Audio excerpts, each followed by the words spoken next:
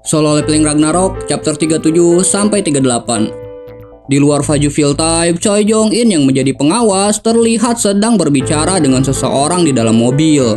Dia mengeluarkan makhluk summon seperti burung phoenix untuk memantau situasi. Dan ternyata orang yang ada di belakangnya adalah Lim Tae-gyu yang juga ikut menjadi pengawas.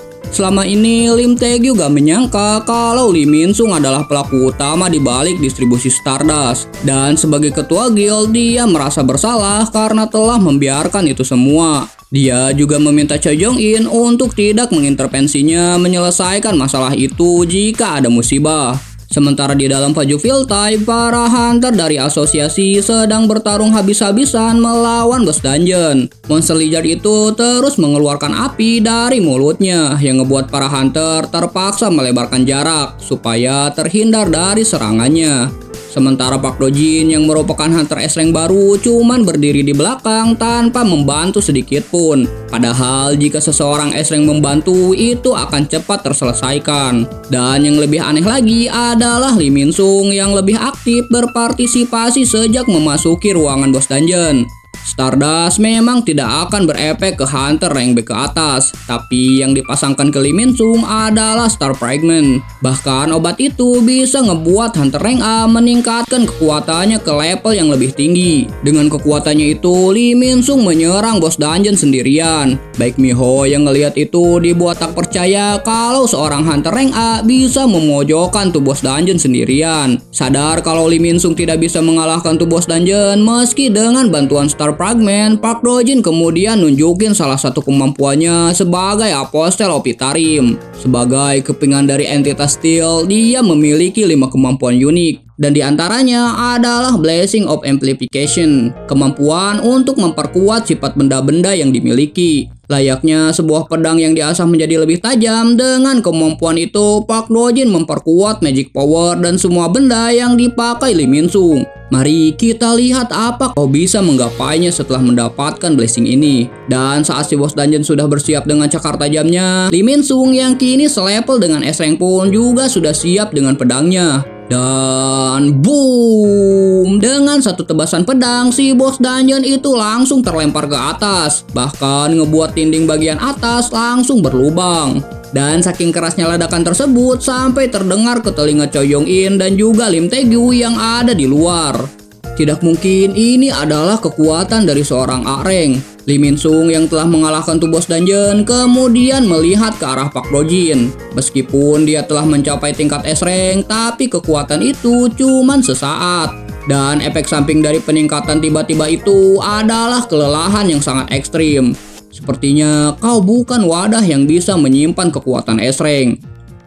Baik Miho yang ngelihat lubang akibat serangan Lee Min-sung sebelumnya menyadari kalau itu bukan serangan level A-rank. Meskipun dia menggunakan Stardust, tapi seharusnya itu tidak akan efektif untuk hunter high rank. Dan saat dia menengok ke arah Lee Min-sung yang ada di belakangnya, alangkah kagetnya Baik Miho yang melihat hunter Park Do Jin sudah ditusuk oleh Lee Min-sung. Bukan cuma Baik Miho aja yang kaget, si Park Do Jin juga tidak menyangka kalau boneka ciptaannya malah menusuknya dari belakang.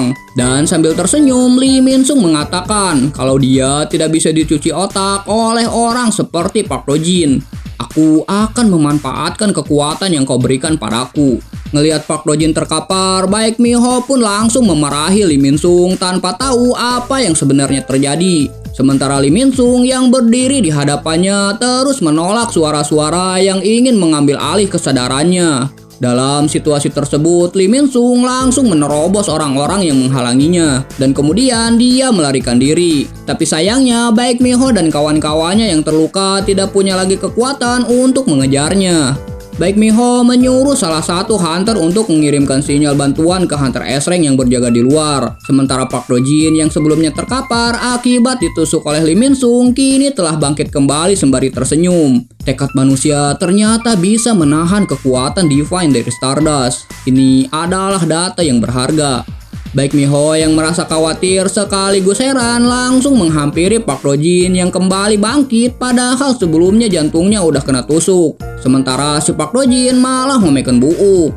So ganteng anjir, tapi emang ganteng sih. Tapi percuma ganteng juga kalau tidak punya hati nurani mah.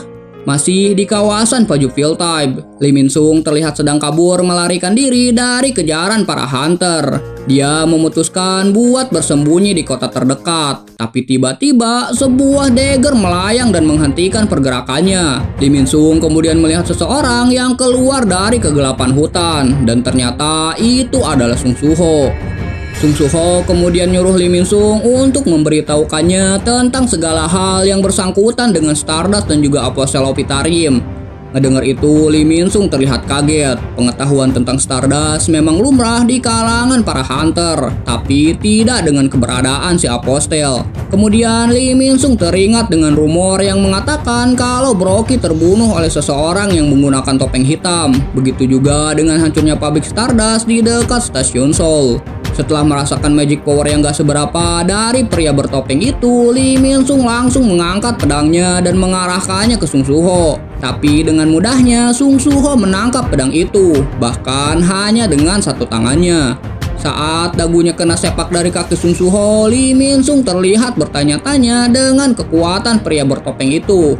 Magic powernya lebih lemah dari Lee Min Sung, tapi kenapa pria itu begitu kuat? Hunter zaman sekarang mengukur kekuatannya melalui banyaknya magic power yang dimiliki. Metode itu tidak berpengaruh ke Sung Soo-ho yang lebih fokus meningkatkan kekuatan fisik dibanding magic power. Apalagi setelah mendapatkan latihan dari Amut, kekuatan fisiknya sudah jauh di atas apa yang bisa dihadapi Hunter rank A. Beralih kembali ke dalam ruangan bos dungeon, Baek Mi-ho terlihat tak percaya dengan Park Do-jin yang kembali berdiri setelah sebelumnya tertusuk di bagian jantung. Di saat Baek Mi-ho terus menanyakan kondisinya, Park Do-jin sedang bersiap untuk menanamkan Star Fragment yang ada di tangannya ke Baek Mi-ho. Dan tiba-tiba mereka berdua dikagetkan dengan kemunculan dua hunter rank S, Hunter Cho Jo-in dan juga Lim Tae-gyu. Baek Mi-ho terlihat senang dengan kemunculan para seniornya, tapi tidak dengan Park Do-jin yang kini rencananya kembali berantakan. Cho Jong-in kemudian turun dan menanyakan apa yang sebenarnya terjadi, dan Baek Mi-ho pun menceritakan semuanya, mulai dari Lee Min Sung yang punya kekuatan di luar batas areng sampai Park Do-jin yang Lee Min Sung tusuk dari belakang. Tapi ngelihat Hunter Park Do-jin yang sama sekali tidak terluka, Cho Jong-in pun terlihat sangat penasaran.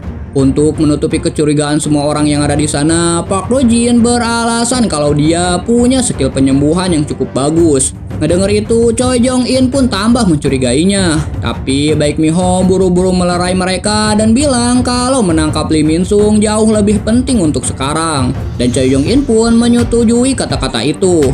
Tapi saat dia berbalik untuk ngasih tahu kondisinya ke Lim Tae-gyu, sang pemimpin dari Repol Guild itu udah gak ada di sana. Sementara Park Do-jin yang merasakan suatu bahaya langsung mencoba mencari keberadaan Lee Min Sung.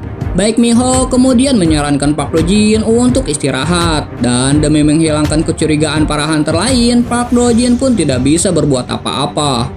Dengan menggunakan kekuatannya, dia bisa terkoneksi sama Lee Min Sung. Dan melalui mata Lee Min Sung, dia bisa ngeliat kalau ada seseorang yang sedang bertarung melawan Lee Min Sung. Melihat itu, seketika Park Do-jin langsung teringat akan sosok hunter yang berusaha mengacaukan semua rencananya. Dan itu adalah pria bertopeng yang baru aja dia lihat. Apa jangan-jangan pria bertopeng itu juga mengincar Lee Min Sung seperti asosiasi hunter? Tapi anehnya si Park Do-jin ini malah ketawa ngelihat sosok orang yang selalu mengacaukan rencananya itu. Kembali ke dalam pertarungan Lee Min Sung dan juga Sung Soo-ho. Lee Min Sung yang terus terdesak oleh serangan dari Sung Soo-ho memutuskan untuk berbicara supaya tidak membuang waktu dan tenaganya terlalu banyak. Dia berjanji akan mengatakan semuanya asalkan Sung Soo-ho juga berjanji untuk melepaskannya. Dan saat Sung Soo-ho menyinggung tentang Apostle Opitarium, Lee Min Sung langsung menjawabnya dengan kesal kalau alien itu telah menusuknya dari belakang. Dan untuk alasan kenapa dia membantu mendistribusikan Stardust itu karena Lee Min Sung membutuhkan kekuatannya untuk membunuh seseorang hunter. Setelah Great Catalysm, kehidupanku jungkir balik. Orang yang sebelumnya bukan siapa-siapa malah menjadi es-rank dan mulai meremehkanku. Dan agar dia tidak terus diremehkan, maka orang itu harus mati. Lee Min Sung kemudian menyebut Sung Soo-ho juga sama seperti dengannya, karena dia mencari si Apostel untuk membunuhnya juga. Tidak, jika kita bisa berbicara dengan baik, maka aku tidak akan membunuhnya. Ngedenger itu, si Lee Min Sung langsung tertawa dan mengingatkan Sung Soo Ho kalau si Apostel datang ke bumi untuk menginvasi dunia. Dan omongan aib itu mengingatkan Lee Min Sung dengan salah satu peran paling menjijikan yang pernah dia perankan selama aktingnya. Dan seketika aura yang dikeluarkan Lee Min Sung menjadi sangat berbeda. Kekuatan dari Star Fragment terlihat meluap dari dalam tubuhnya. Akan tiba waktunya kau tersapu oleh situasi dan terpaksa mengambil keputusan. Aku akan membuat situasi itu untukmu. Orang yang harus kau bunuh adalah... Tapi sebelum menyebutkan identitas dari si Apostel, Lee Min Sung langsung dibuat terdiam karena sudah ada dalam kendali Park Do Jin. Aku tidak bisa membiarkanmu mengungkapkannya lebih jauh. Dan sebelum mengambil alih tubuhnya, Park Do Jin pun berterima kasih ke Lee Min Sung karena selama ini telah memberikannya banyak hal. Dan tiba-tiba saat dia merapatkan kedua tangannya, aura dari Star Fragment langsung meledak sepenuhnya dari tubuh Lee Min Sung. Ledakan itu bahkan mengeluarkan aura Itarim yang lebih kuat dibanding saat melawan Broky. Cahaya perlahan keluar dari retakan dalam tubuh Lee Min Sung. Dan terlihat sosok baru yang kini menguasai tubuh Lee Min Sung. Menyerang pabrik Stardust, melacak Lee Min Sung, semua itu untuk menemuiku. Aku juga ingin menemuimu. Topeng hitam pembuat masalah. Dan bersambung. Jika kalian suka sama alur cerita manhwa ini, jangan lupa buat like, komen, dan juga subscribe. Bye.